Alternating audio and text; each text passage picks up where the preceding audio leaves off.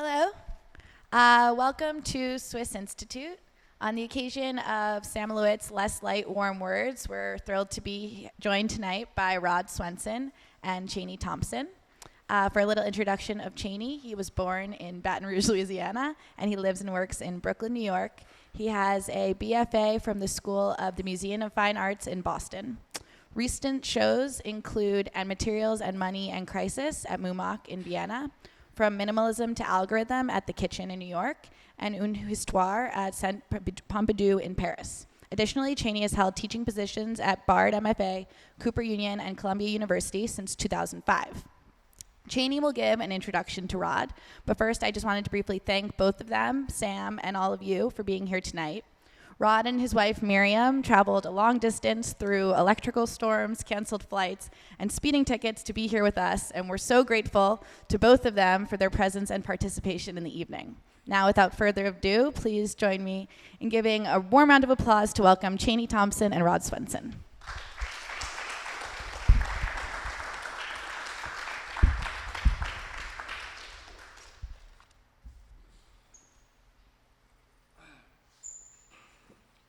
Okay, thanks to the Swiss Institute, thanks to Rod, thanks to Sam. I had a couple weeks to puzzle over how I would approach doing something like this. And part of the difficulty in figuring out how to approach it was how to sort of explain why it is that we're here with Sam's work, and we're bringing Rod's work into proximities to Sam's work, and what my role is in this. So the thing that I couldn't sort of escape when trying to figure out what to write, I didn't write anything, I should note right away, was that I couldn't really escape the tumultuous and very consistent dynamics of Sam and I's friendship, my relation to his work, our relation to one another, and I felt a strange sense of responsibility to somehow pay tribute to that publicly. We've shared a studio for 15 years now, which still strikes me as strange. It has been harmonious and tumultuous over 15 years. We share a lot with one another. There's a very free exchange of ideas and struggles. And I felt like in coming here that there was very few people that could actually talk about Rod's work and Sam's work in one place or from one position.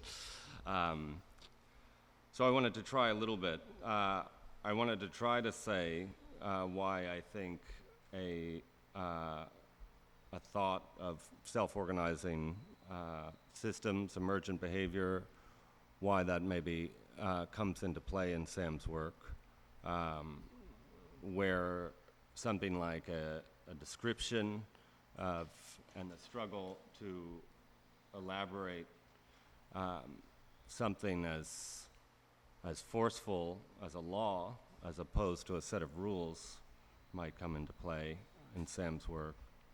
And the thing that I was trying to work through as I was reading Rod's work over the last couple weeks, I think for me, I think it really centers around a propensity that Sam has and has had for a long time to simply observe things. He's also equipped with a vast knowledge of histories of certain dynamics of how political forces and economic forces shape subjectivity, but there's a kind of insistence on his side of simply looking at things. And I first encountered this a number of years ago when we were working on a project together, when he wanted to spend some time thinking about Goya's series of drawings that are organized under the title I Saw That, or I Saw This. And Sam, while on the one hand wanted to hold this up as a possible model for what it is that artists are capable of doing in the face of complex phenomenon and political dynamics in the world, which is simply to report or to bear witness to things, there was also a deep skepticism about the form of presentation, the modes of address that the description takes up. And I think this is a current through his work that persists. Despite an elaborate technical vocabulary and material vocabulary in the work, I think there's an insistence on the kind of curiosity that comes with simply looking at things. So, that covers part of Sam's work. I came into contact with Rod's work around a year ago. As Sam and I both work in the studio, I think there's a lot of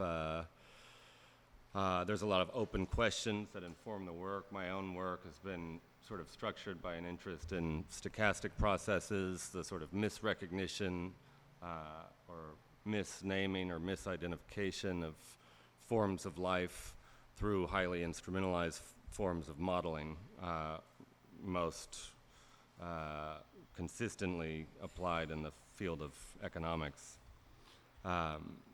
This sort of led me in a very armchair way to sort of look through and think about where the models come from in finance, the way they overlap with the history of physics,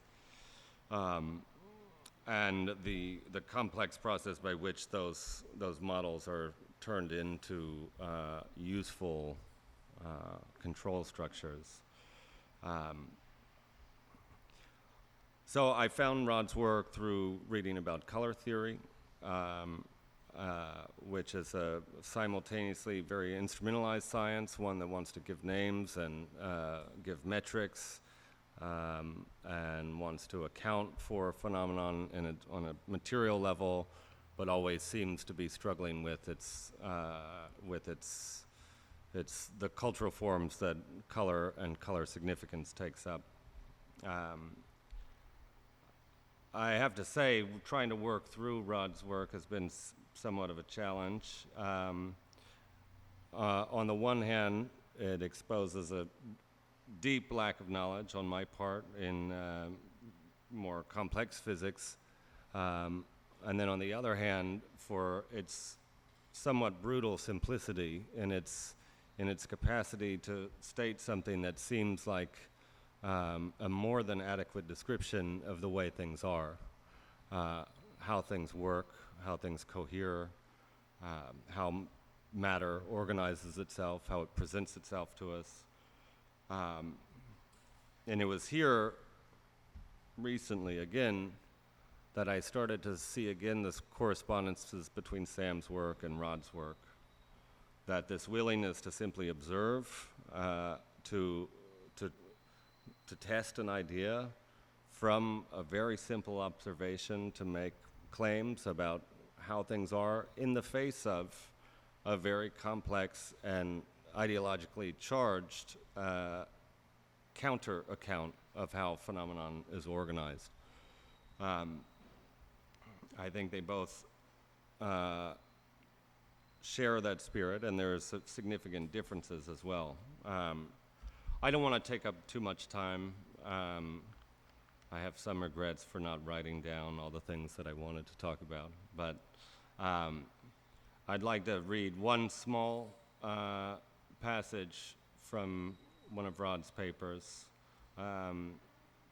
as something that allowed me to think about Sam's work in a different way.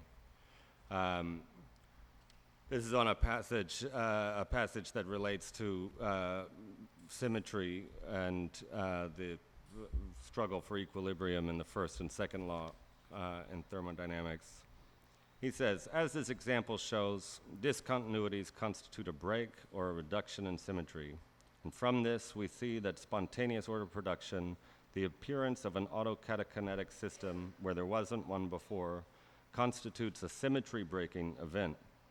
There is now an object where there was no object before, and such an object constitutes a discontinuity in the field or environment from which it arises. When a tornado comes into being in a sky where there was previously no tornado, it breaks the symmetry of the sky. I think these symmetry breaks are a key to understanding the critical form that Sam's work takes, the refusal of false symmetries, and a production of turbulence in the form of heat. So, I'm about to say a lot of acronyms, and I'll spell out one of them. Rod Swenson is a CESPA Fellow, which is the Center for the Ecological Study of Perception and Action at the University of Connecticut. His work has received hundreds of citations in scientific journals and books from physics to biology, as well as psychology, where with colleagues at the University of Connecticut, these principles were shown to account for the epistemic dimension of the world or the origin and evolution of intelligent forms and their artificial counterparts. He served as the managing director for the ISSS, served on the board of directors for the IFSR, Vienna, the executive committee of the WISINET, in Budapest, the advisory board of the Foundation for the Study and Research of Environmental Factors, SREF, in the Netherlands. Please help me welcome Rod Swenson.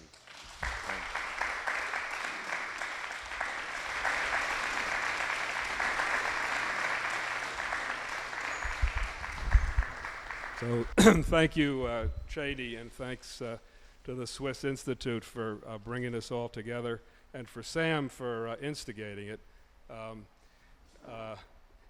Any issues or problems you have or errors on my, please blame them on Sam or the Swiss Institute. Could we possibly move this like here? Because I'm going to want to be able to look at this. And, I think it's just taped down.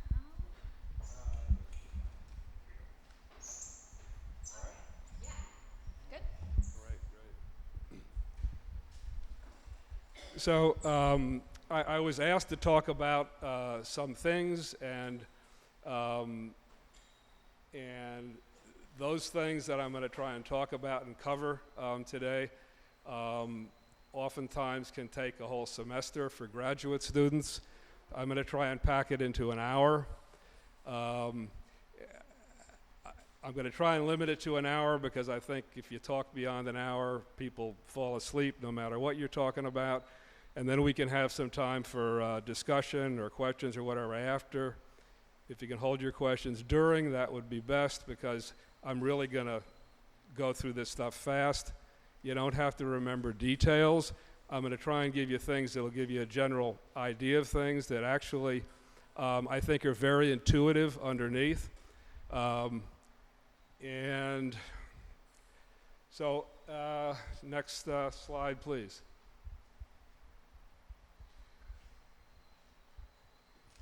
Come on. No, there should, there he goes. Okay, next slide, please. So quickly, some background as to, I'm going to talk essentially about LMEP or LMEP, or the law of maximum entropy production, autocatakinetic systems, and then a little bit about how epistemic systems or intelligent systems come into the world. And how this happens evolutionarily and kind of from physical first principles. So we call that an evolutionary epistemology. So it's going to be engage in issues of ontology, what we claim, what we can say about what we think is, and also epistemology, about how we could claim knowledge about those things or about the world. So, so my colleagues and I, beginning like many decades ago, and a lot of this, the main part of this work was done probably nearly 3 decades ago, to our point of view, and others solve some problems with LMEP and ACK systems. Understand the problems. I'm going to set this into a background, a context, a historical context of worldviews, and so it is very simply that the foundations of modern science were built on a Cartesian bifurcated metaphysics. And so from Descartes, we got what we call the first postulate of incommensurability. Descartes is oftentimes, by the way, called the father of modern psychology, but also, even though the physics of Newton eclipsed Descartes, also the father of modern physics, because it was at their birth that they were essentially defined by Descartes. And he defined them by their mutual exclusivity, and in fact, their incommensurability. So that was our first, what we call the first postulate of incommensurability, that is mind versus matter. Descartes, psychology or physics versus each other, and so psychology, that is mind, for Descartes included the mind, the thinking I, the Cartesian ego or self, all of the active, striving, intentional, perceiving, which to him was actually thinking, because eventually there was no way to reach claims about a real world. Descartes' theory of perception eventually led through the early stages of modern philosophy to what we sometimes call the Cartesian circle. It's really just the mind perceiving itself and in a way creating the world in a sense, which leads to a lot of other epistemologies that have become pretty much widespread.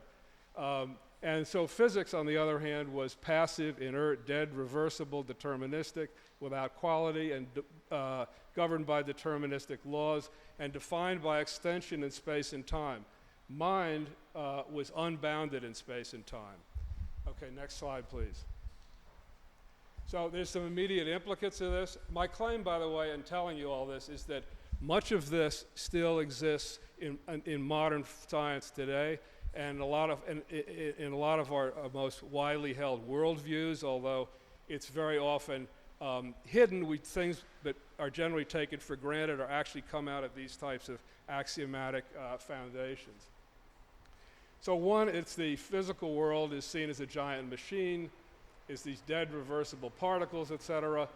And machines of that kind that are dead reversible, have no quality, need outside makers to order them.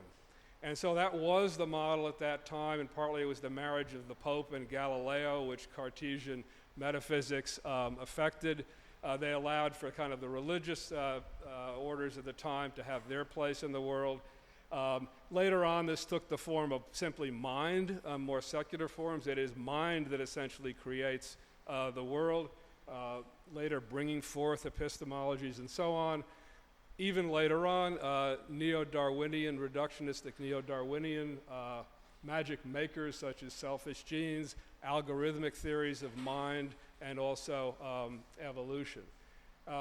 But as I pointed out before, interestingly enough, by defining mind and matter in this way, they're forbidden logically from interacting.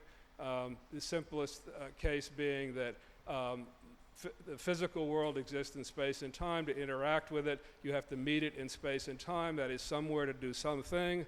But the mind is not bounded by space and time, so the mind has to basically undermine what it is that defines it, become something else in order to meet with physics. Later on, people saw that as a violation of the law of the first law of thermodynamics, but it's simple enough to understand that way. These are incommensurabilities, they're not reconcilable. It makes very little sense. So the reductio is mind ends up perceiving itself. I mentioned the bringing forth the epistemologies, no way in, no way out, or sometimes called the infinite homunculus regress, or it's the idea is if you have something to explain, like the world, like the mind, like something else, you invent some device that has all those same properties as an explanation for the thing that you wanted to explain. And you're just regressing the problem. Now your problem is doubled. And so next slide, please. So the second postulate of incommensurability is basically the biology physics, or the living things environment dualism. It follows from Cartesian metaphysics, because everything except mind was mechanical, including all other life forms. So the human body was mechanical, all living things were mechanisms. But Kant made this very explicit, specifically because he argued that, however, with respect to all living things, the active end-directed striving of living things, their end-directed behavior, their intentional behavior, if you want to call it that, is not something that's reducible to the physical world as described by Kant. So he now introduced a incommensurability between living things and their environments, or biology and matter or physics. So we call that the second. Now the Cartesian metaphysics had been moved into biology. So this lays a lot of groundwork for, next slide please, for modern science. So the two guys, Parmenides, Heraclitus, changes in illusion, all is flux. The Eleatic and the Heraclitean schools, the opposing schools of thought. Actually, Heraclitus is kind of misquoted. He did not say, we never step in the same river twice. He said, we do and we do not step in the same river twice. Kind of, we could see that as an anticipation of the first and second laws. Okay, so so now we're getting to the first and second laws of thermodynamics, which were the laws that started to physicalize persistence and change. So these were kind of revolutionary in terms of the mechanical worldview. So the first law was kind of articulated after a number of experiments in the 1900s. This is what I'm talking about as being very intuitive concepts. So the kind of things I'm going to talk about are very physical concepts you can understand intuitively, from ordinary experience. And this is just how these laws were originally articulated. So Davies, for example, rubbed ice cubes together. Mayer shook some water in a glass jar and found by doing so you raise the temperature. Well, what does that mean? It's a very simple thing. You might know that or see that. Well, it means that heat until this time was thought of as a separate physical entity. Actually, they called it the caloric. And so what this showed was actually an equivalence of mechanical energy, that is the shaking, and heat. That is, I could create heat by shaking it. So there's an equivalence there, and it shows that heat is not a separate substance. This started to lead to the, by the way, he tried to publish this. Discovery of what would have been the discovery of the first law in his paper was rejected. But, what do you expect? And how could you, he said, well, look what's happening. This is what this says. And, whatever. So anyway, too obvious. Somebody would have, rejected.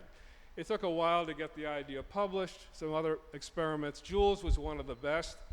So basically what Joule did, he took a weight and a constraint, held the weight up in the air, so that represents the mechanical force, pulled the weight away, it turned a paddle wheel, which raised the temperature in some water, essentially in a box.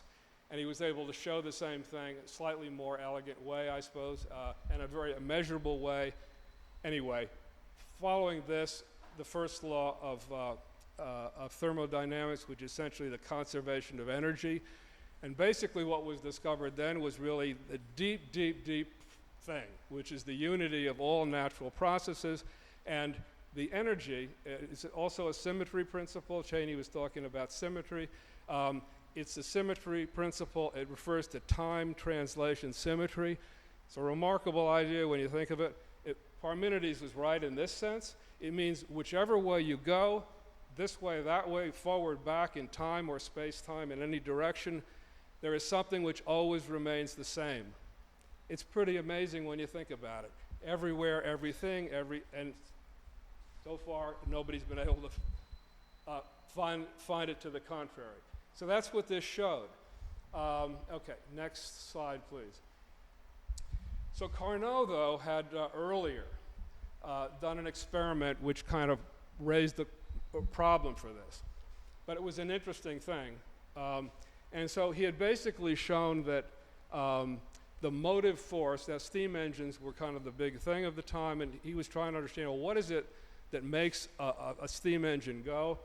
And he basically said that the motive force that moves a steam engine is analogous, it's the same roughly as the fall of the heat from the hot and cold, heat going down a gradient that powers the engine, is the same thing as that happens to water when it falls down from higher, lower position and can drive a mill wheel, also moving a crank. And he called this the motive force or availability. And this is what produces the motive force that produces the change. However, he noted that this availability, as he called it, is lost in these processes. So the water's now down at the bottom, and you have to get some water up at the top or get that water back up to the top. So the problem is that there's something that's lost in all of these natural processes, but if energy is conserved, next slide, then what Clausius and Thomson figured out is that there must be another quantity which is lost. So you have time reversal symmetry, there must be another asymmetry, something which changes in all natural processes. And so Clausius then coined the term entropy to sound like energy, and it roughly refers to the inverse of Carnot's availability.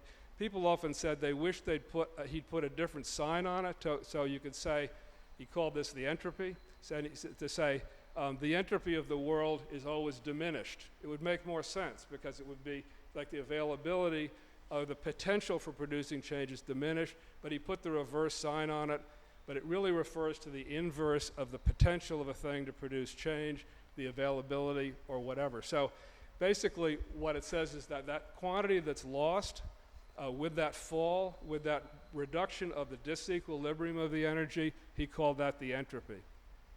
So the balance equation, and they found that this happens in all natural processes.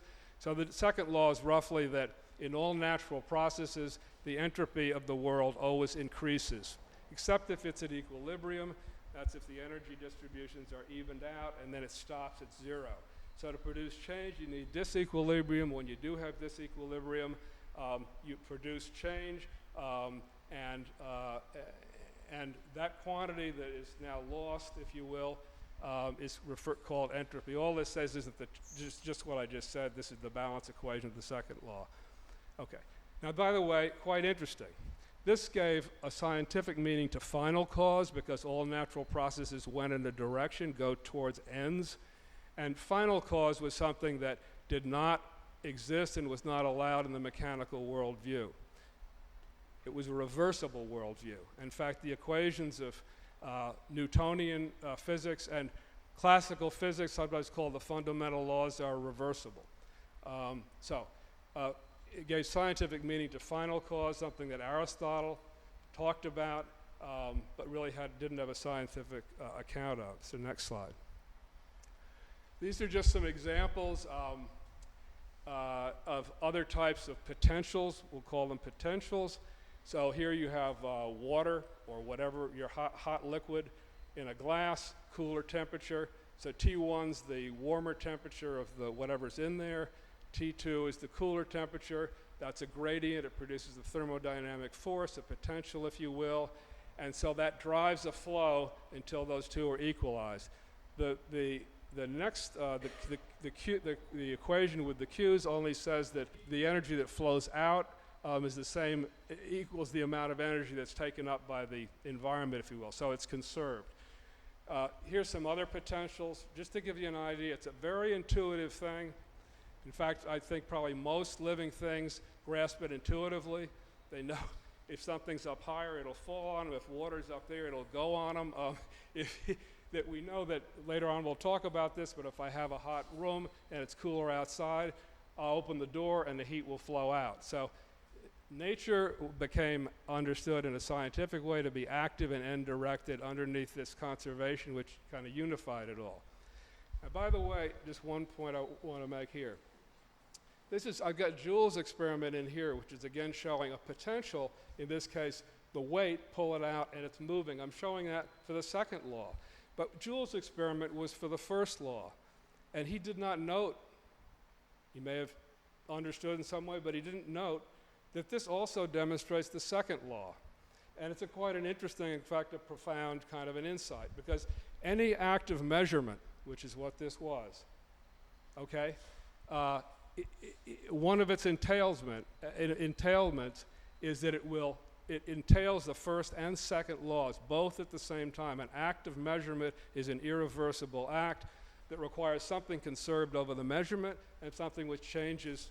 So persistence and change is at a universal entailment in the measurement act. Oh, I want to tell you that the measurement act is a special case of the epistemic act, meaning any epistemic act, meaning anything having to do with will entail those same principles. They are generalized, in a way, acts of measurement. Anyway, on to the next slide. So, but that's contained in there, and you cannot do a measurement, you cannot do without, in a way, demonstrating those two principles. So, now, comes along Boltzmann, who tried to basically save the mechanical worldview, and he modeling gas molecules randomly colliding as billiard balls in a box following Maxwell. He noted that with so if you have disequilibrium distributions of these billiard balls or gas molecules in there, just by their colliding over time, they will become more disordered. And so what he basically said is that all the second law is the consequence. It's a law of probability. Basically says that simply the disordered. He tried to reduce again the second law to efficient cause, that is the side-to-side proximal collisions of, say, particles, like an atomistic view, and said basically that because the disordered states are more probable, a system will always be found, almost always be found in a state that is of the maximum disorder or heading towards it. So he stated then, molecules moving at the same speed and in the same direction is the most improbable case conceivable, an infinitely improbable configuration of energy. Now, a lot of people may learn statistical mechanics, huge mileage out of statistical mechanics. What is missed sometimes is the underlying ontological claims which were made for this law in this way at this time.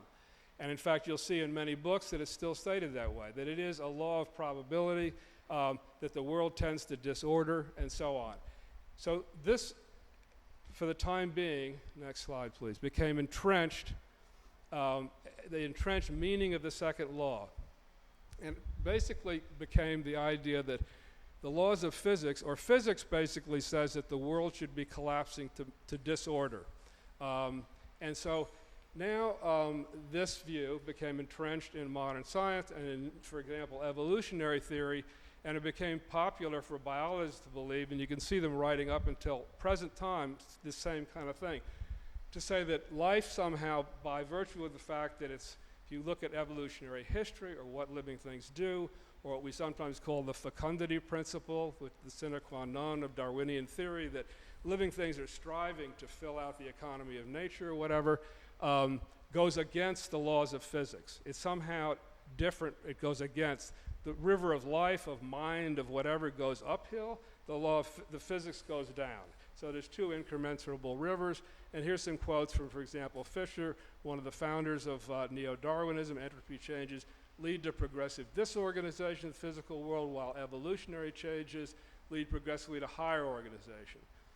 As late as the late 90s, and he's probably still saying this, the micro reductionist, the guy who, the computationalist with kind of the algorithmic theory of mind, a very strong proponent of reduction, Darwinian Reductionism basically described living things as things that defy the second law of thermodynamics.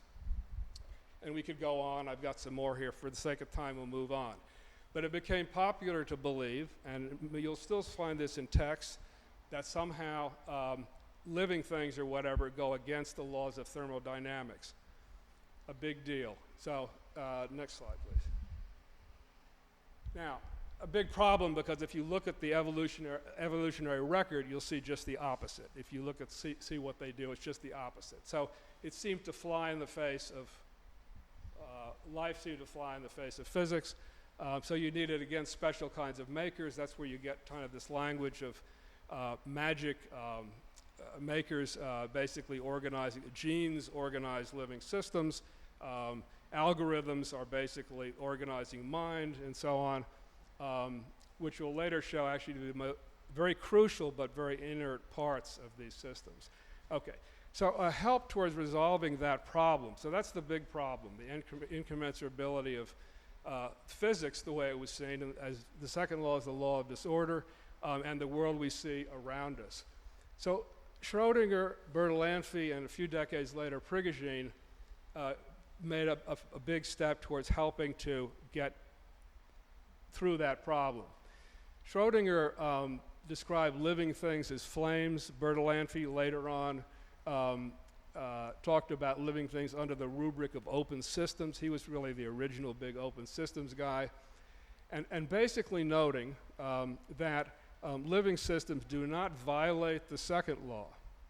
Because when living systems are actually low entropy pockets. They're highly ordered states.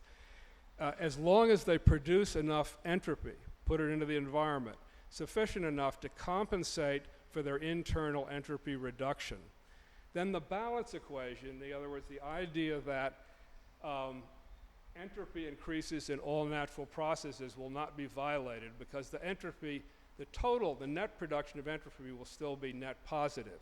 So now the balance equation is just split into two parts.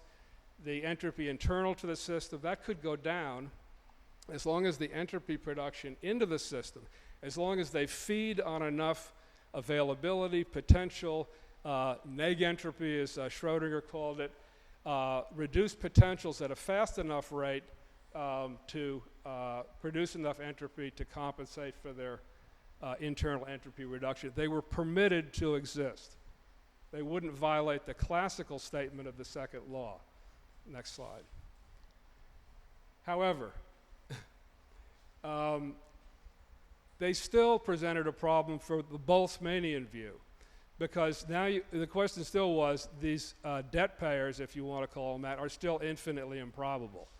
So why should they come into being? Why should things want to pay an entropy debt? Where does that come from? Out of nothing, if you will. This is just shows you the opportunity. So basically, living systems, I talked about this before, the fecundity principle, the active striving and expansive nature of nature. You see it in the rise of civilizations to fill out and seize on every unoccupied space in the economy of nature. This is the sine qua non of what leads to natural selection. You see it here basically here we're seeing a chart, a diagram which shows the opportunistic production of higher ordered states. They come into being as the levels of oxygen increased on planet Earth, put there by life, by the way, as a planetary process over evolutionary time. What this chart shows is that as soon as oxygen levels reached the minimal level that was needed for certain levels, higher organisms, to evolve and emerge, they did so. We also see later on that at one point it was said, well, the origin of life only had to happen once. It was an infinitely improbable accident. Billions of years for it to happen. It only had to happen once and we'd be fine. Turns out that the life emerged, as we now know, almost as soon as the oceans, that the Earth was cool enough to keep the oceans from evaporating, life was there. So again, it was opportunistic and fast. It is all opportunistic. So where does this opportunistic ordering come from? Next slide. Spontaneous ordering And by that we start talking about the selection of macro order from micro particle interaction in simple physical systems. We can show it, we can see it, and this falsifies the Boltzmann principle. So here we have namely that order is infinitely improbable. So here we have, this is now the classic Baynard experiment. In this dish, it's a dish here. It's got a fluid in it, a viscous fluid. It can be done with a number of viscous fluids. This happened to have been silicone oil. And it sits between a hot source and a cold sink, the air, and it's a heated, evenly heated hot surface on the bottom. So you can have a gradient and a heat flux from the source to the sink. It's reducing that potential that exists, producing entropy. And in what we call the Boltzmann regime, it looks like that, because it's just done by conduction. They're randomly colliding particles, and basically the system looks actually, it's microscopically lots of interactions, but macroscopically smooth. There's no real macroscopic description, only the interaction of these particles. And, but when we increase, so the difference between the source and the sink creates what we call a thermodynamic force. That is, the steeper the gradient, the stronger the thermodynamic force.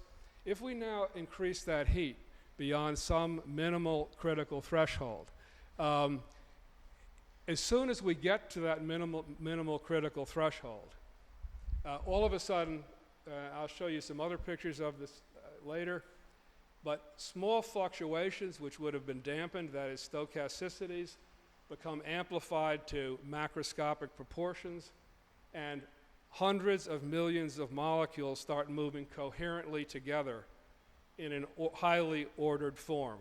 It is just what Boltzmann said was infinitely improbable. It's hundreds of millions of molecules moving together. And they do so not infinitely improbably, but every single time, that is with a probability of 1, we reach that minimal threshold. As soon as we reach it, it happens. So the second law is not reducible to a stochastic collision function. And here we see order arising as soon as it gets the chance. The scale of these things, we'll discuss this a little bit later, are huge compared to the space-time dimensions of this system are now increased dramatically compared to what the micro-component interaction was over here. But it's actually a pretty astounding event, but it's again something, it's very simple, but the implications of it are kind of huge. So next slide. This just shows you a little bit of what's going on in a drawing. And so just to give you a little idea, to explain it a little more. So a T1 to T2, that's the heat gradient from the bottom to the top, creates the potential. And because density varies inversely with temperature, there's also a density gradient. And so depending on the level of the force, so if it's strong enough such that one of these little, we call the parcels, which is really just the fluctuation, it's hot enough to reach the surface before it can be dissipated to its surrounds. If it goes up fast enough, then it creates a gradient across the top. So it's a new force, which basically then the particle then moves there into the colder area.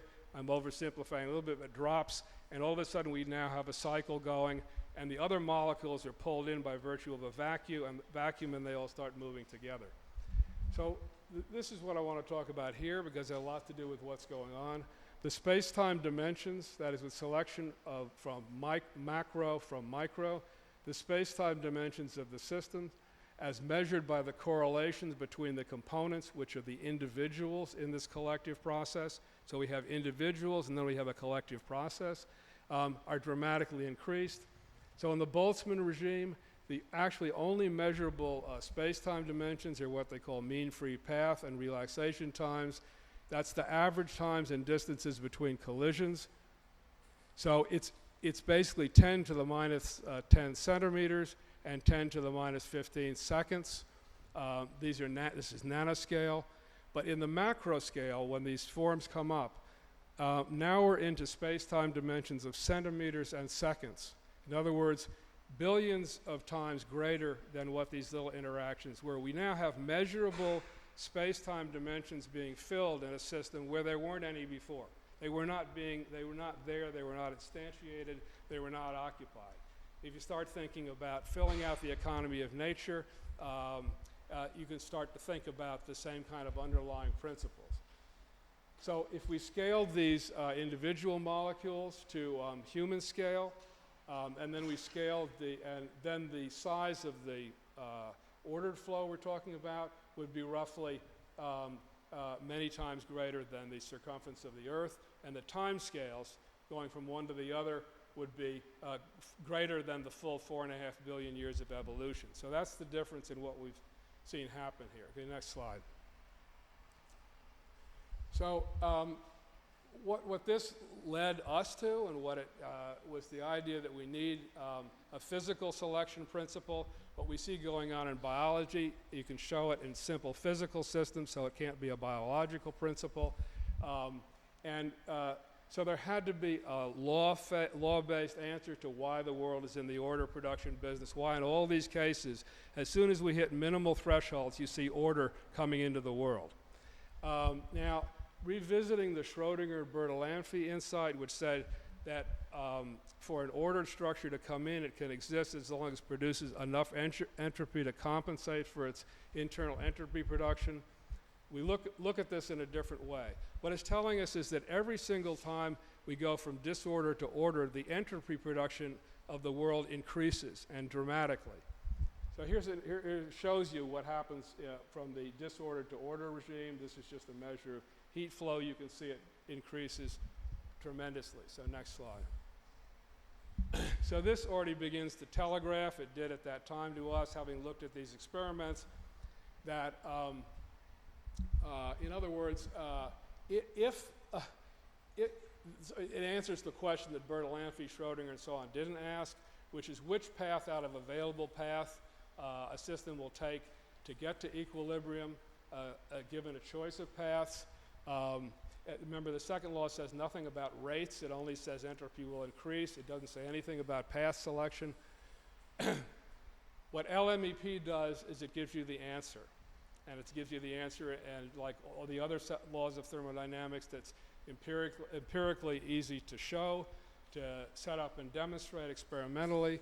And it is the fact that a system will select the path or assembly of paths out of available paths that minimizes the potential or maximizes the entropy at the fastest rate available given the constraints. That's the answer to the question. From there, the ordering principle is derived. It doesn't say anything about ordering, but it gives it to us. Why? Because if LMEP, that is, if nature selects the paths that are the fastest, putting very crudely, and if ordered flow produces entropy faster than disordered flow, as it's a path selection, micro flow or macro flow, it's a path selection, then the world could be expected to produce order from disorder, that is, as much order as it can, whenever and as soon as it gets the chance, and that's exactly what happens in all these physical experiments and what you see happening over evolutionary history in terms of the origin and development of life over the entire planet. So that's LMEP, that's kind of what it does, and so next slide. Now, I'll do this one quickly, but when we first got to this, we said, well, given everything we have, now let's try and set it up in some falsifiable ways. That is, a simpler linear experiment, and you show where you can basically give it a path selection, you can change the path selection, and you can show that it will always pick the fastest path or assembly of paths. I really won't spend time on this here. It's very simple because I'll go to the intuitive part next, but we set up borrowing tools from the old thermodynamics. We set up a gas in a box with a gradient. We set up various pathways with different coefficients, and basically by peeling off by making different pathways available, you can show what really you already know in advance. The system will pick the assembly it will actively pick. It's just physics. Think about how strange that is in a way, but it's not really strange to us. It's just, it gives us an important insight. Or the assembly of paths. It'll put as much out one path as it can. Whatever's left, it'll put out the next. It'll find whatever pathways it can, and it'll reduce that gradient as fast as it can. So, once this idea is understood, and there's intuitively, an example we used to give in papers, I kind of already partially gave it, which is the case of the cabin in the woods. We give this in teaching. So cabin in the woods, a fire's going out, it's a hot air inside, cold woods, and so the world is acting to minimize that gradient. Over time, the temperature inside the cabin and outside will be the same. The question of how fast will it do it, what the available paths are. We know if we're in there, and it's a cold night, that fire's going out, and we say, hey, somebody opens the window, say, close that window because it's going to be freezing in here in a matter of minutes. We know if we open the door, it'll go out that way. If we open and what it'll do is it'll pick the configuration of paths, of available paths that'll minimize that potential at the fastest possible rate. Once people understand that, they can usually proliferate examples all day long. And so next slide. So that's LMEP. Now, ACK. Autocatakinetic systems and identity through flow. This is versus the mechanical model. So modern science, reviewing quickly, build on the mechanical worldview, the machine model for the world, so the Newtonian machine sometime, Boyle's clock, Paley's watch. Arguments from design follow from that because these things have to be made by some maker, some watchmaker, some clockmaker. Later on, mind, if you will, if you're in the Cartesian circle and it's mind creating the world. Later, magic genes, algorithms in the computationalist theory of mind or whatever, the mind as a computer. And so, but however, Paley was right in some extent. He said this is an argument this is the argument in a way in favor of God in some way. So he said, well, if you picked up a watch on a beach, you would know that there had to be a watchmaker. It would have been designed by some intelligent agent. And so then later on, you get people, for example, Dawkins talking about the blind watchmaker, that natural selection was the blind watchmaker because natural selection essentially, but the metaphor is all wrong to begin with. If you picked up a watch on the beach, you would know it was made by an artificer or a intelligent maker, a designer, a watchmaker. But living systems and civilizations and planetary evolution as a whole are not mechanical systems. Mechanical systems like watches are made up of static order, typically the same parts, the same places, or moving in the same relationship that are put there by somebody on the outside, and if they break down, they're replaced with parts, something on like from the outside. Living systems are flow structures, and so are the Baynard cell and so on that we've been looking at. So flow structures are ones whose identity is defined by dynamic order, and their identity is constituted through a flow with an incessant flux of components and feeding off of raw materials in their environment and spitting it out into their environments. And so here's some examples of these systems. We call them ACK systems, autocatakinetic systems. That refers to the auto self, kinetic moving of parts.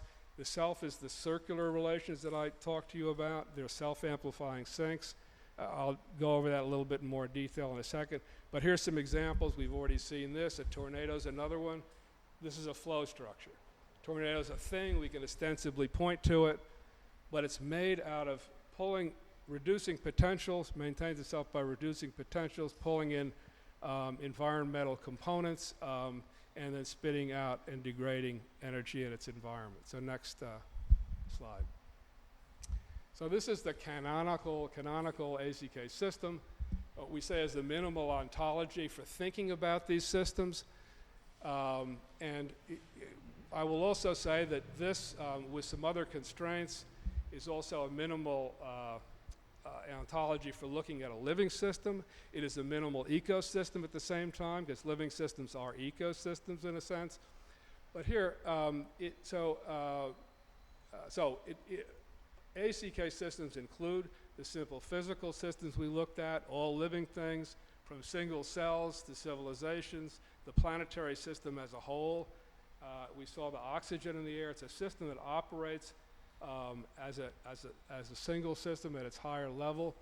It's defined as a system that maintains itself as an entity constituted by and empirically traceable to a set of nonlinear, that is circularly causal relations through the dissipation or breakdown of environmental potentials, that's resources, in the continuous coordinated motion of its components.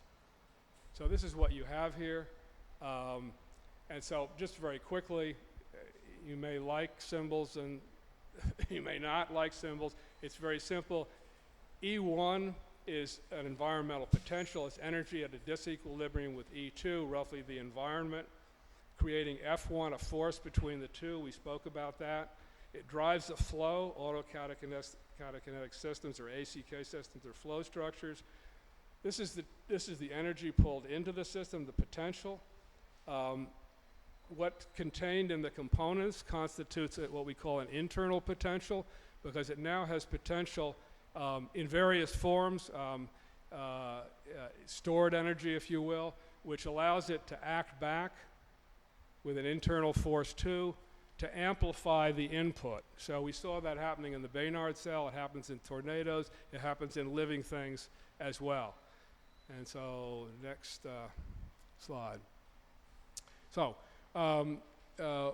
ACK systems, what we're trying to show there, entails a relational ontology.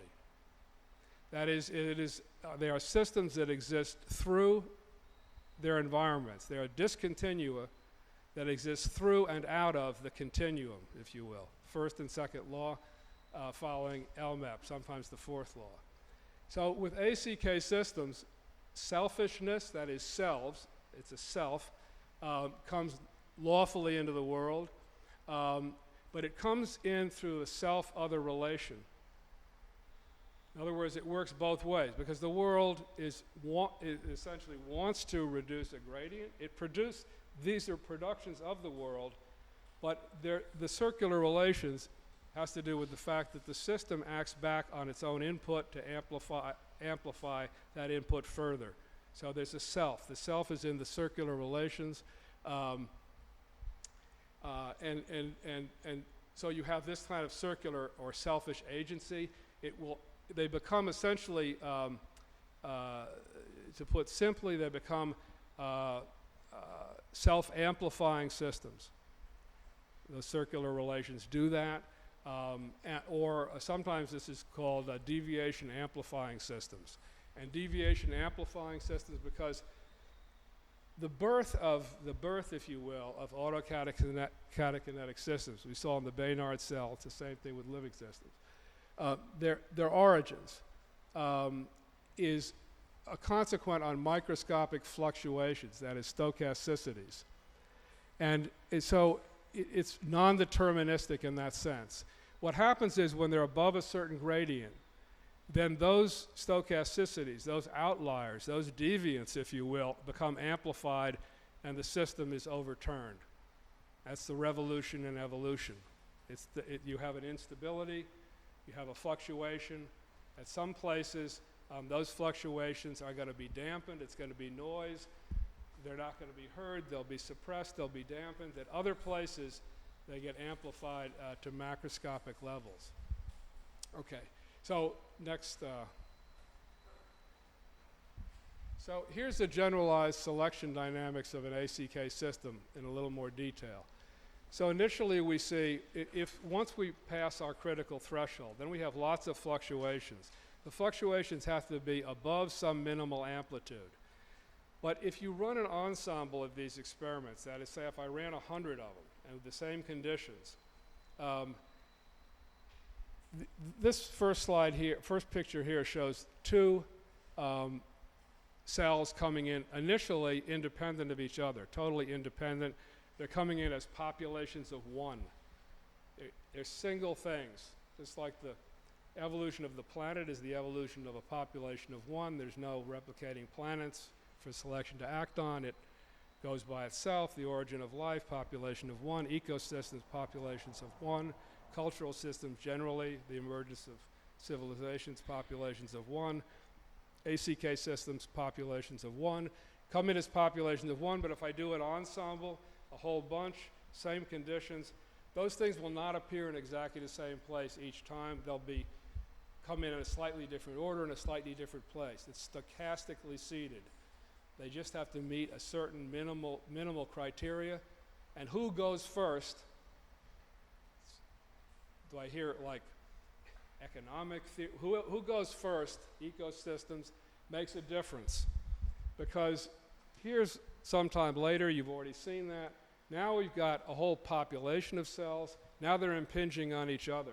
They're all different sizes. The bigger ones are the ones that came first. Guess who has the advantage? The bigger ones. Now, not always. Sometimes things happen to bigger ones. Sometimes they get too big too fast and they break apart. Well, next slide. They're now in competition with each other, by the way. So first it was micro-macro flow, but now they're in competition with each other. They're impinging on each other for that gradient. Now, this is sometime later.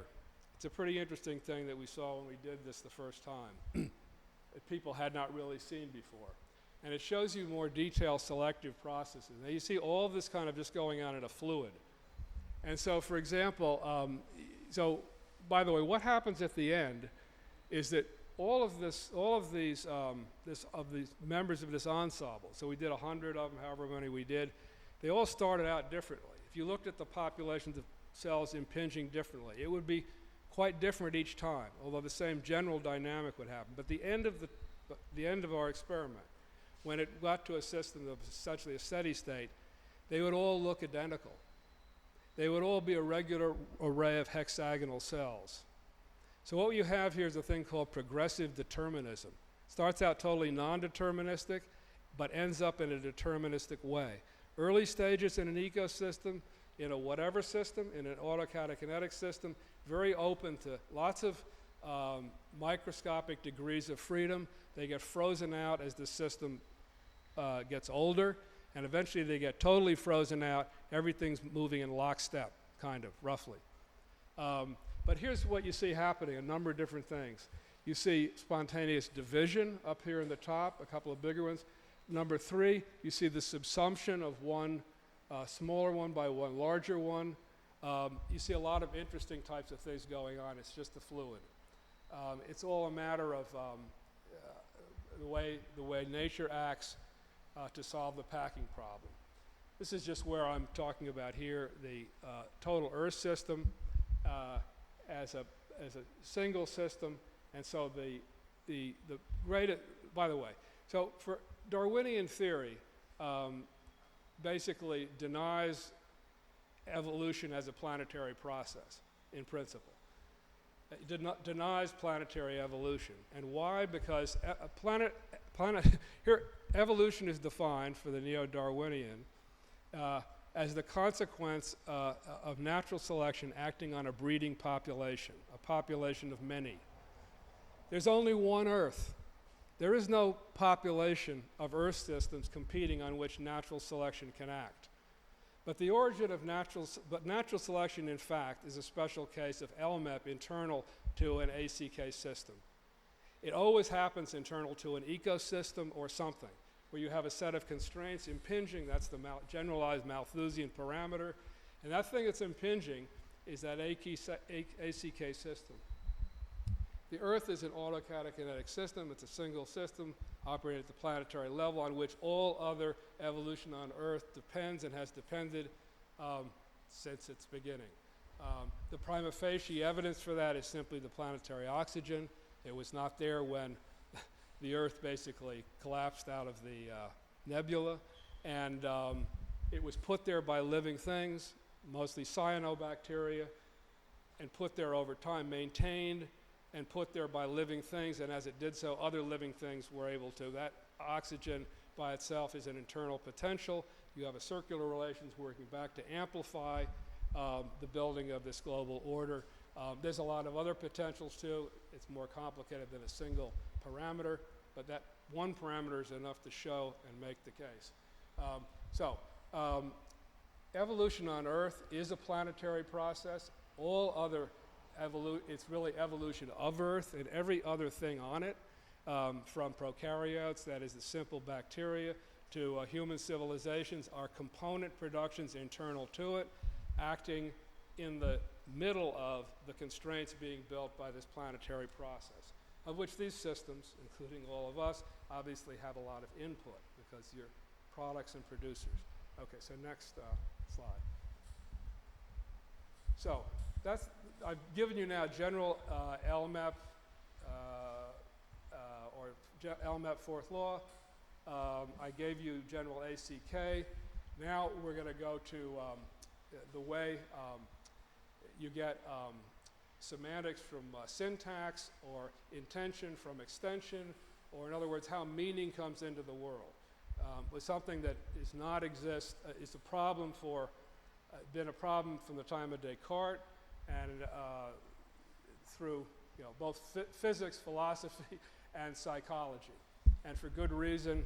And it hinges basically on a theory of information, how meaning can be in the world, and the general conclusion coming from Cartesian metaphysics is that, well, the quality of things, roughly the meaning, if you will, is somehow a construction of human minds. It doesn't exist in the physical world in some way. There's all kinds of variations of that. So here, this is basically a paper that I did about 28 years ago. It was called Emergent Evolution of the Global Attractor, the Evolutionary Epistemology of Entropy Production. And this is the general thesis. It's not my thesis, that learning is induced by problems. This part is not my thesis. So learning is induced by problems, and the problem for the universe is how to get to equilibrium with the fastest possible rate given the constraints of space-time. That's LMEP. Evolution on planet Earth is seen to be an epistemic process by which the planet as a whole learns to configure itself so as to maximize its rate of entropy production, attract and degrade the solar gradient at the fastest possible rate given the constraints. It means also instantiates space-time, the many dimensions of space-time as it can. Instantiated dimensions of space-time is equivalent to dissipative surfaces. That's sinks. Okay, so very, very quickly, post-Cartesian epistemologies can be roughly divided into two groups. One is closed circle theory, which is, or sometimes the sociology of knowledge. It can be traced through Durkheim, the later Wittgenstein, language games, Kuhn, paradigms as incommensurable worlds, through postmodernism and beyond. So it is the Cartesian circle, that is this closed circle of meaning, transposed to the intersubjective human level. So it's now a second level, so basically the keys of it is, where meaning and intentionality are the creation or construction of the intersubjective relations of a cultural system that constitute closed circles of meaning, so they're incommensurable with each other. So it's radically anti-ecological. There's no self-other, there's no ostensive pointing because there's no meaning invariance. They are also anti-evolutionary in the sense because since they are incommensurable, you can't talk about the progress of knowledge, or that there's been any progress of knowledge that there ever is. Newtonian physics are incommensurable with quantum theory, or the caloric theory of heat, that is incommensurable with the first law of thermodynamics, and therefore, because they're incommensurable, you can't say one is better than the other. And anyway, you can actually see that stuff in a lot of literature. Okay, next slide. Alternative evolutionary epistemology, or classic evolutionary epistemology. The founders were Karl Popper, Konrad Lorenz, and Donald Campbell. And evolutionary epistemology takes knowledge to be a progressive evolutionary process. In Popper's words, from amoeba to man. It's a little archaic, the language, we know amoebas are a eukaryote. It's a way later evolved form of life. We don't like to say to man anymore, maybe to humans, but that's probably not, anyway, not to, however, the idea that it's an evolutionary process, that it's something to do with evolution over time, that's the basic fundamental idea. And so the other claim is that everything it basically says has knowledge in its expectation and anticipatory intentional behavior, and this knowledge is the consequence of natural selection, which they basically say is a process of hypothesis and refutation, trial and error, of which scientific trial and error, conjecture trial and error is a later special case, and it's performance based. In other words, a theory is hypothetically true if a living thing is alive. It shows that as a generalized hypothesis, it's alive. So it's a hypothetical realist theory based on evolution. Okay. So the problems with, I'm oversimplifying a lot, but it's the general idea. The problems with classical EE is that its reliance on Darwinian theory. They were sometimes called natural selection epistemologists.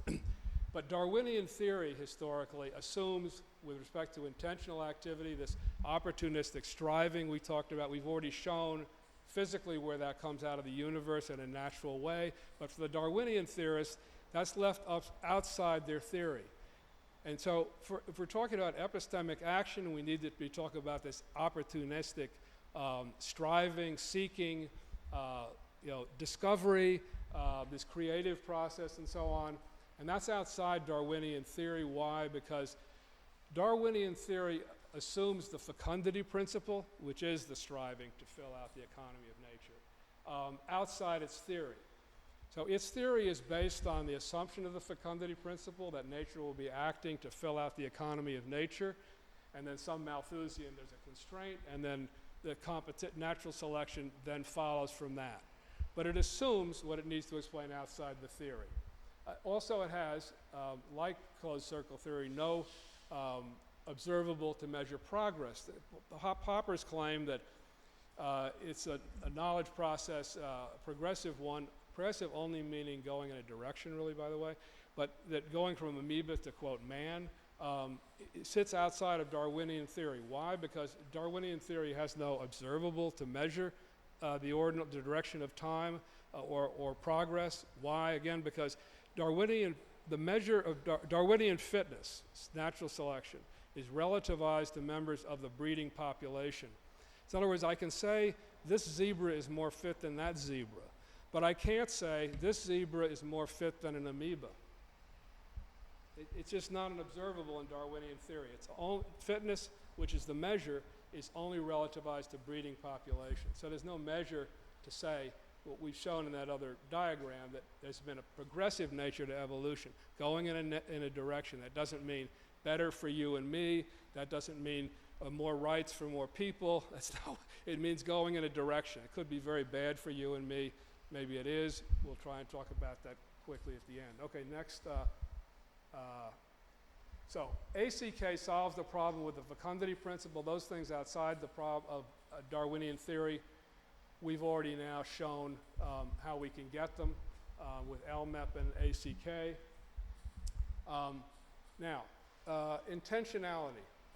There's a piece that we're still missing. And intentionality, again following Brentano, is characterized by aboutness. Now, don't confuse with by intentional, I mean, did you do that intentionally, meaning, were you planning to steal the hubcaps off my car, or or whatever? I don't mean something in this type of popular idea of intentionality as in a mind, planned out. What I mean is, in this more generalized, philosophical, psychological, epistemological sense, is Brentano basically defined it as follows. Intentionality is characterized by aboutness. So it is end-directed behavior determined by semantic content or meaning. So a bacteria moving up a slope, up a gradient to find a prey, if you will, is an intentional activity, because it's using meaning to get there. We'll talk about it in a minute. And so the measure of an intelligent system also equals, with an evolutionary epistemological view of the world, a living system, is that different than the simple physical systems we looked at. The simple physical systems, we say, are slaves, if you will, of their local potentials. That is, if I remove the heat gradient from the Baynard cell, it will die. It'll just go to equilibrium. But if I remove the, say, food from some bacteria or bacterium, it may do things or will do things that are very arbitrary with respect to what I've just done. That is the local potential. It will oftentimes, maybe it'll all of a sudden go into some kind of a hibernation type of a state, or it may actually get much more active now and start going elsewhere, trying to find new food sources, new potentials. So what a hallmark of that kind of system is, an intentional system, an intelligent system, a living system, is that it maintains its autocatakinesis over discontinuously located potentials, which it locates by using information about. The information about it allows it to move across those local potentials and find other potentials to dissipate. So if you're the universe and trying to dissipate potentials at the fastest rate, this is a big innovation. It's a way to access new dimensions of space-time you couldn't before. It's a way of distinguishing living things, but with it, meaning comes into the world, because their end-directed behavior is determined by meaning, not by their local force field or gradient. Okay, so let's go to the next slide. So how can meaning be extracted from the physical world, if you will, in a law-based way, or a way that we can identify and demonstrate and show, and doesn't require mental processing or computation or construction or anything else.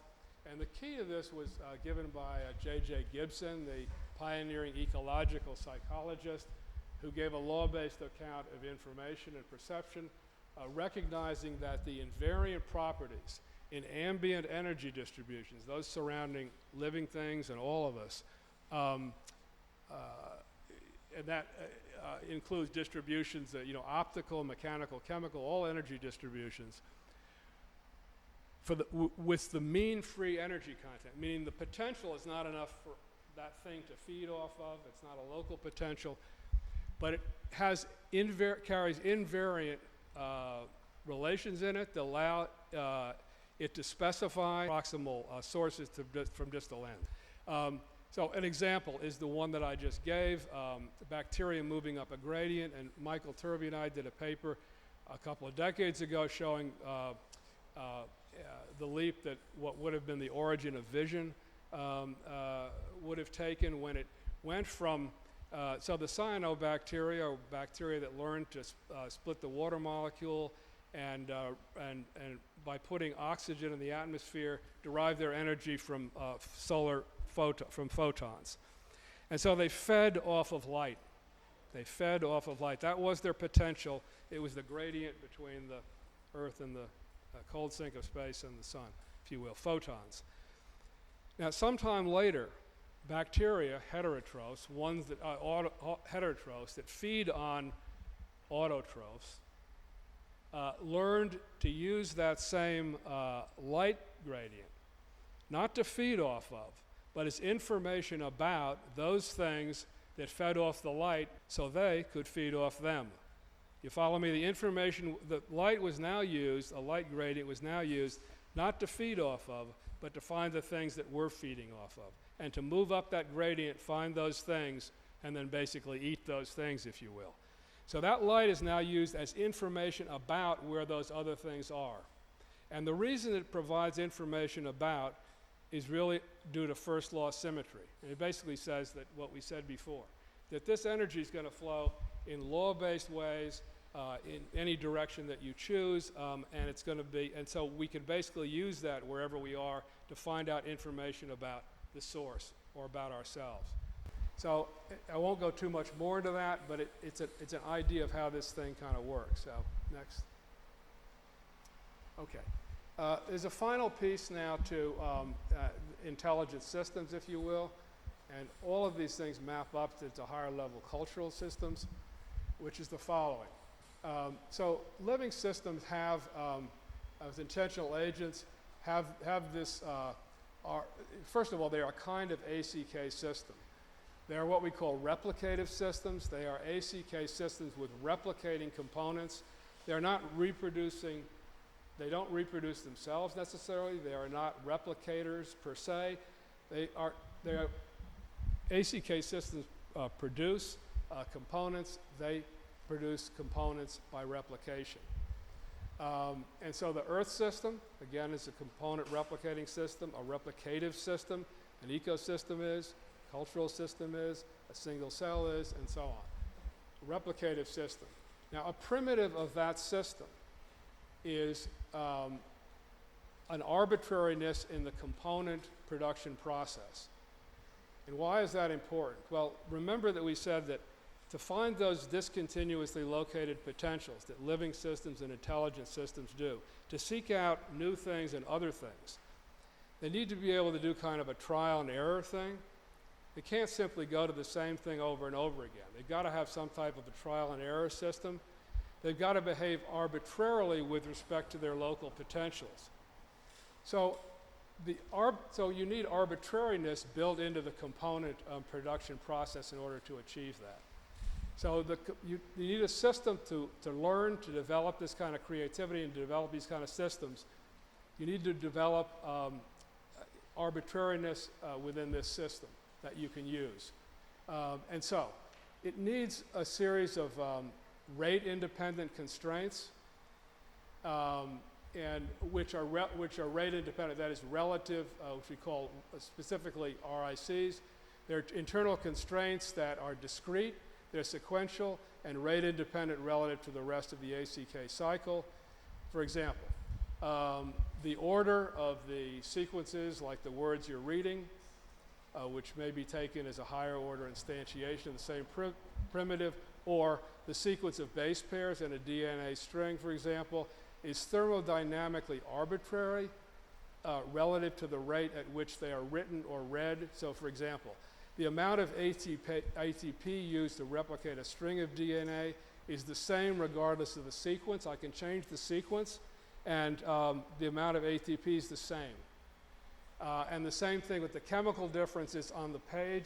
My writing it or you're reading it is different than the water falling down the hill. It's not all quickly moving to some place and it's staying there. Basically, it's static for all purposes. Eventually, it will decay, but it's relatively static, and so it is relatively rate independent. And it's that rate independence that allowed us to exchange these parts to develop this kind of arbitrary rate independence that's crucial to intelligent systems. Algorithms are rate independent, but the point being here, an additional point, is that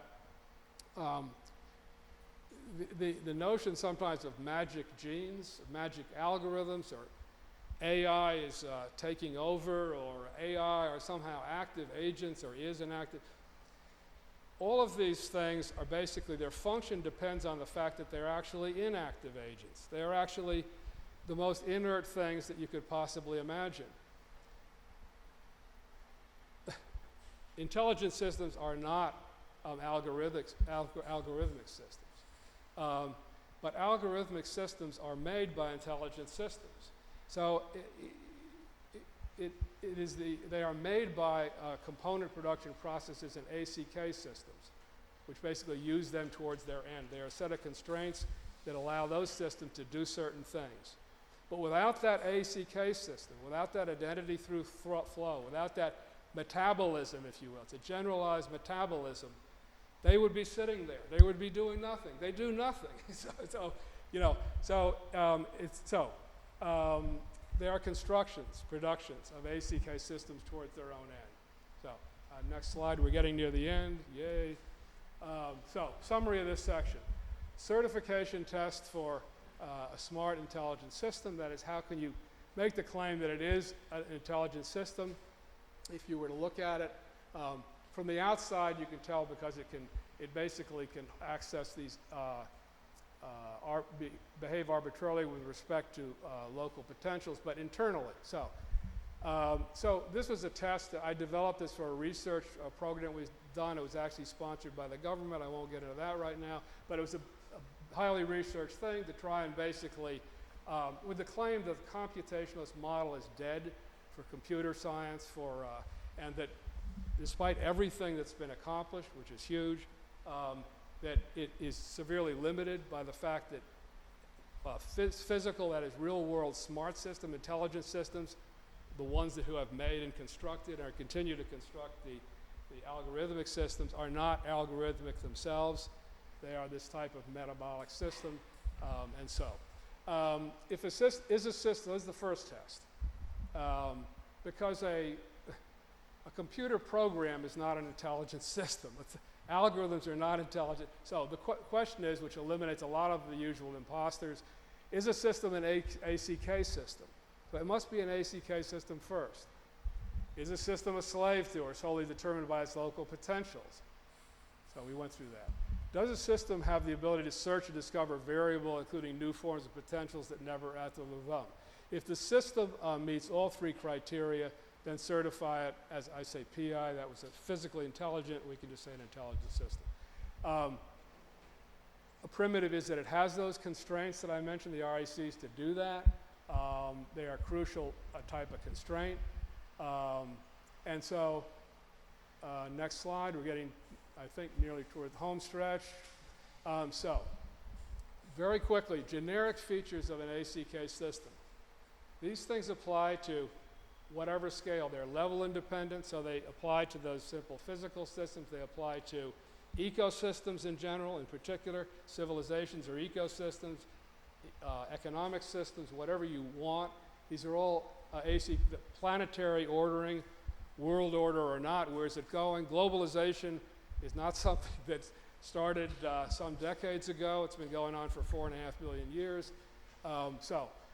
ACK systems in general. So we watched the Baynard cell thing. So think about that as your model, where you can see it. They're threshold dependent. Order comes into being, that is evolution by revolution.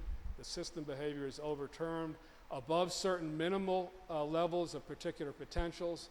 That means instabilities. There's a certain level of instability. They're seeded by stochasticities, fluctuation, outliers, deviance, from average that are deviants from the average. So that's micro non-determinacy. So by the way, Laplacian, Newtonian determinacy, if I know the initial conditions at some time A, then at B, I can know the consequence. Like consequence from like initial conditions. But ACK systems are quite different. They actually like consequence from unlike within some degree of tolerance and parameters. That's very important, by the way, also to this perceiving and acting thing we were talking about. Because I only have to get, if I'm doing something, the living things and intelligent systems exist in a world that is never the same twice, like Heraclitus roughly said. So I've got to be able in a system where if I get in the ballpark, then I will get to my end. The end is the attractor in a way, in a certain sense.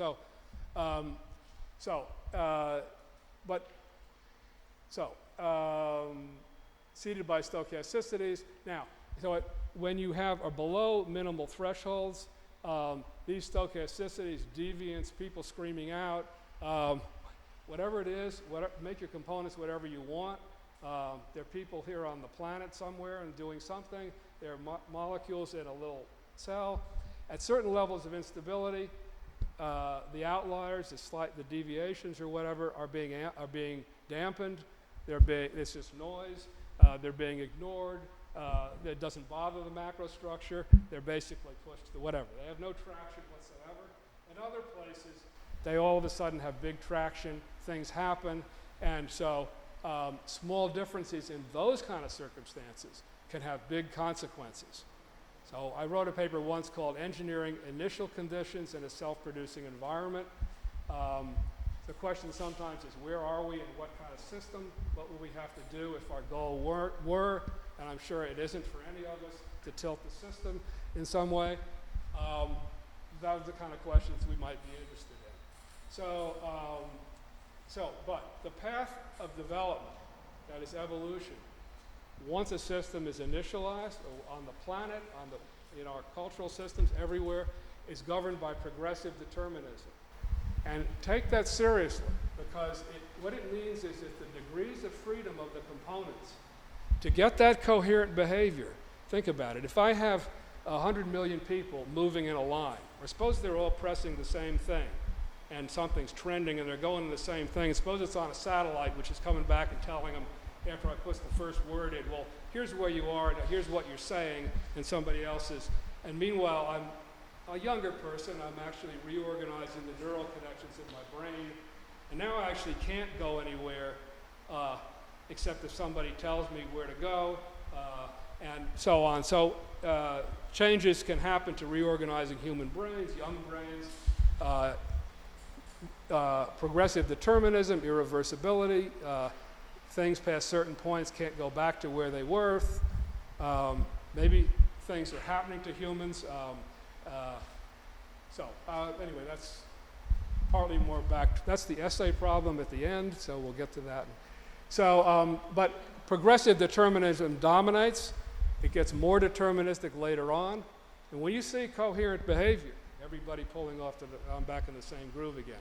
But the degrees of freedom have been taken away in a certain way. The choices aren't there. They don't want to make the choices because the vacuum effect of molecules or whatever it is, the ease of the flow is so fast and so easy that we just follow the path of the whatever, and now we're in a place where, anyway, so it becomes more deterministic as it goes on, and so now there's a generic process to replicate a process in replicative system, and that is a lifespan kind of a thing, generalized senescence.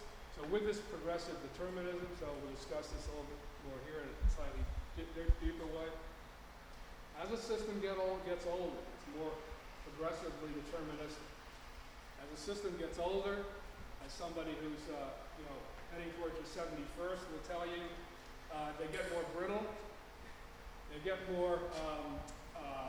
You get a decline in flexibility. That's similar to your degrees of freedom being reduced.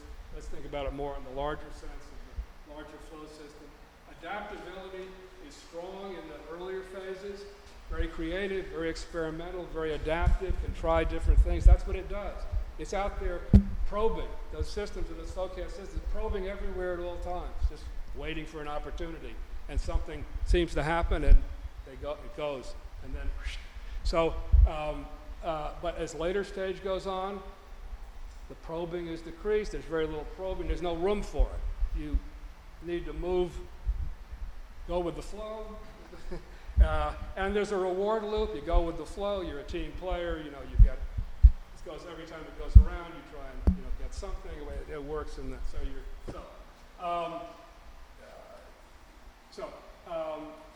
ecosystems would be an example here. This kind of dynamic can happen. So, for example, in the Adirondacks, I just came from, large pine forests.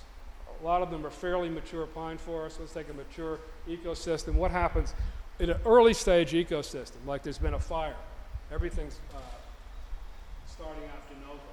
Lots of little volunteers, all types of little things coming up all over the place, a lot of variety and so on. Over time, those things are replaced by something else, which is a little bigger, but it takes up a little more space. It goes on. The late stage ecosystem, for example, the redwood forest, some of the trees that we have up, we are huge high trees. They're almost all dead all the way up. Only thing that is alive, and they're beautiful, beautiful forests, but is green up at the top. Their efficiency, mass-specific efficiency at producing, that is tree, leaf, and whatever, is very low at that stage. They've got a lot of mass, but it's mostly dead. It's mostly shell. It's mostly, the insides of the ecosystem are hollowed out. If you go now, then this higher canopy blocks the sun. And the newer things, the littler things, the smaller things, the innovative things, they can't come anymore. If they do, they're gone quickly because there's no light, there's no food, and so on. So there's now bigger things dominate, and those bigger things, the bigger they are, the older they get, are actually very brittle. And so basically, late-stage ecosystems, civilizations, basically at some point become very unstable with certain types of perturbations that eventually bring them down. They come down very fast, to the surprise of people that they looked, kind of like they were going to be there forever. So it's a generalized, they are subject to collapse. That's typically in what historically happens. I think we're done. Next slide, maybe finals. Oh, no. This is just to show you all of this together, the progressive determinism that happens there, is to show you that complete variability in here, stochasticity everywhere. Now, individual pioneers, if you will, meet certain criteria. They come up all over the place. Then they start to interact with each other. Now there's some type of competition, because now there's a higher level of selectivity going on. It comes like this. It ends up in this very actually almost robotic, deterministic type of system. So I've said that. We've talked about that, but you can just see that together. Next slide. Final slide. This was in part of my title. I think I've talked long enough. I hope maybe I've been suggestive enough so that we'll call this the final essay, the essay question. And I'll expect all of you to write something on it. And of course, Allison will give you my address, and you can send it to me, and I'll be happy to get it. So I will not get specifically into it. I think it's pretty easy to see what's going on. But however, input to your essay question. Again, let me see what I put here late last night before the airport closed and we got into it. So basically, it is that AI systems and all algorithmic systems, as special cases of RICs, are generic kind of component production in the component production process of replicative ACK systems. That is intelligent systems, but they are not themselves smart or intelligent. Cultural humans cultural systems, that is human social systems, have a rational component, but they are not themselves rational systems. But the system itself, the continuation of the system over time, is the same thing as any autocatakinetic replicative system. It's made up of the continuous motion and the replacement of those components, that is humans within that system. And so, anyway, but the ACK systems is the point. Our algorithmic systems, intelligent systems and so on, algorithmic systems, RICs, are production processes of ACK systems. ACK systems are not rational systems themselves. So it's really, at some point, it's humans came into being to serve the ends of ACK, or in our case, the ends of LMEP, and so on, and not the other way around. It only gives pause for thought when you start to wonder, what am I in the middle of and what's going on, and alternative futures or whatever. Essay question, discuss where is it going, how is it doing it, what forms is progressive determinism taking. I already mentioned some ways that the brains of humans may be being reorganized into, by the way, one other point, and then I will surely come to an end. One of the things that happens evolutionarily to earlier parts is that the parts get internalized into larger ACK systems, but then where some of them were autonomous or more autonomous at an earlier stage, this autonomy is deprived. So for example, the mitochondria that are sometimes the energy factories in eukaryotes, in all our cells, were free living cells at one point that were basically swallowed by another cell. They have their own DNA in there. They do, so they're crucial to all of our, but they can't live outside that system anymore. They've had pieces of them taken away. So if we imagine ourselves as the part of a larger system that tends to reduce the degrees of freedom of the system towards whatever its ends are, and well, I'll let you think about this from that context. So then the final part of the input is, or possible question is, how deterministic does the trajectory seem at this point?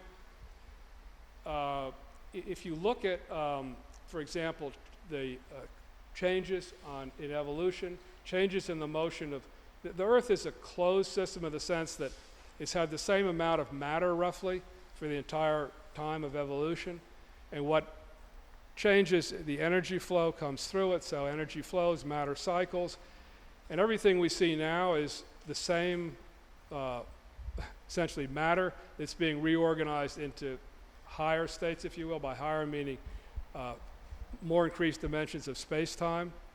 And so the question is, where is the, if you stand back from the interaction of particles at some grain, it becomes a fluid. If I go in closer and slower, it becomes the interaction of particles. So if I were to stand on, we can see time-lapse photography or something of people going in and out of some of the more populated areas here, we can see it as a fluid, flowing in and out in the morning, in and out in the afternoon, like this, and so on, as a fluid. So our time scale of analysis kind of determines what it looks like. But if we look at the speed at which these space-time access has been made over the last some hundreds of years, thousands of years, tens of thousands of years, the rise of civilization that many years ago or whatever, something like that. This is now actually, in evolutionary time, an explosion. It's an explosion. It would read, if I now scale myself to evolutionary time, it would read as an explosion. So the question is, explosions within explosions, where are we within, where's the current system with regard to the planetary system, our own cultural system, relative to instabilities or not, progressive determinism.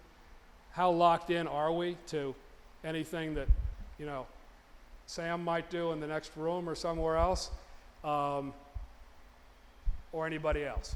So that's the end. The temperatures, for some reason, why would that be? It's warm in here.